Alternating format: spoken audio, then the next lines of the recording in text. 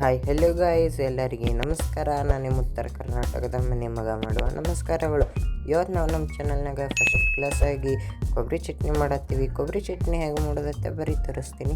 ಯಾರು ನಮ್ಮ ರೋಜಿ ಕುಕಿಂಗ್ ಚಾನಲ್ಗೆ ಹೊಸ ಬರೀತೀರಂದ್ರೆ ಸಬ್ಸ್ಕ್ರೈಬ್ ಮತ್ತು ಸಪೋರ್ಟ್ ಮಾಡಿರಿ ನಮ್ಮ ಚಾನಲ್ಗೆ. ಈಗ ಒಂದು ಮಿಕ್ಸಿ ಒಳಗೆ ಶೇಂಗಾ ಇಟ್ಕೊಂಡಿವಿ, ಮತ್ತು ಹಂಗೆ ಹಸಿ ಕೊಬ್ಬರಿನೂ ಹಾಕ್ಕೊಂಡಿವಿ, ಮತ್ತು ಪುಟಾಣಿನೂ ಹಾಕೊಳ್ಳೋಣ ಫಸ್ಟ್ ಕ್ಲಾಸಾಗಿ. ಯಾಕಂದ್ರೆ ಚಟ್ನಿಗತ್ರ ಪುಟಾಣಿ ಇವೆಲ್ಲ ಬೇಕಲ್ಲ. ಹಾಗೆ ಕೊತ್ತಂಬರಿನೂ ಇಟ್ಕೊಳ್ಳೋಣ.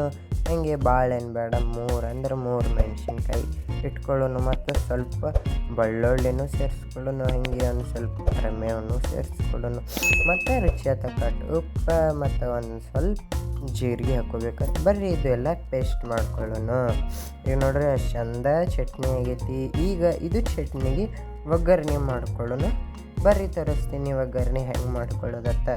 ಈಗ ಒಂದು ಪ್ಯಾನ್ ತೊಗೊಂಡಿನಿ. ಪ್ಯಾನ್ ಒಳಗೆ ಎಣ್ಣೆ ಹಾಕ್ಕೊಂಡಿವಿ. ಎಣ್ಣೆ ಹಾಕೋದಾದ್ಮೇಲೆ ಜೀರಿಗೆ ಮತ್ತು ಸಾಸಿವೆ ಹಾಕೋತೀವಿ, ಮತ್ತು ಕರಿಬೇವನ್ನು ಹಾಕೋತೀವಿ. ನೋಡಿರಿ ಸ್ವಲ್ಪ ಆ ಕಡೆ ಮಿಕ್ಸ್ ಮಾಡ್ಕೋತಿರ್ತೀವಿ ರೀ. ಮತ್ತು ಅದು ಏನು ನಾವು ಚಟ್ನಿ ಪೇಸ್ಟ್ ಮಾಡ್ಕೊಂಡು ಇಟ್ಕೊಂಡಿದ್ದೀವಲ್ಲ ಇದ್ರೊಳಗೆ ಸೇರಿಸ್ಕೊಳ್ಳೋಣ ರೀ. ಸೇರಿಸ್ಕೊಂಡ್ರೆ ಸರಿಯಾಗೆಲ್ಲ ಮಿಕ್ಸ್ ಮಾಡ್ಕೊಳ್ಳೋಣ.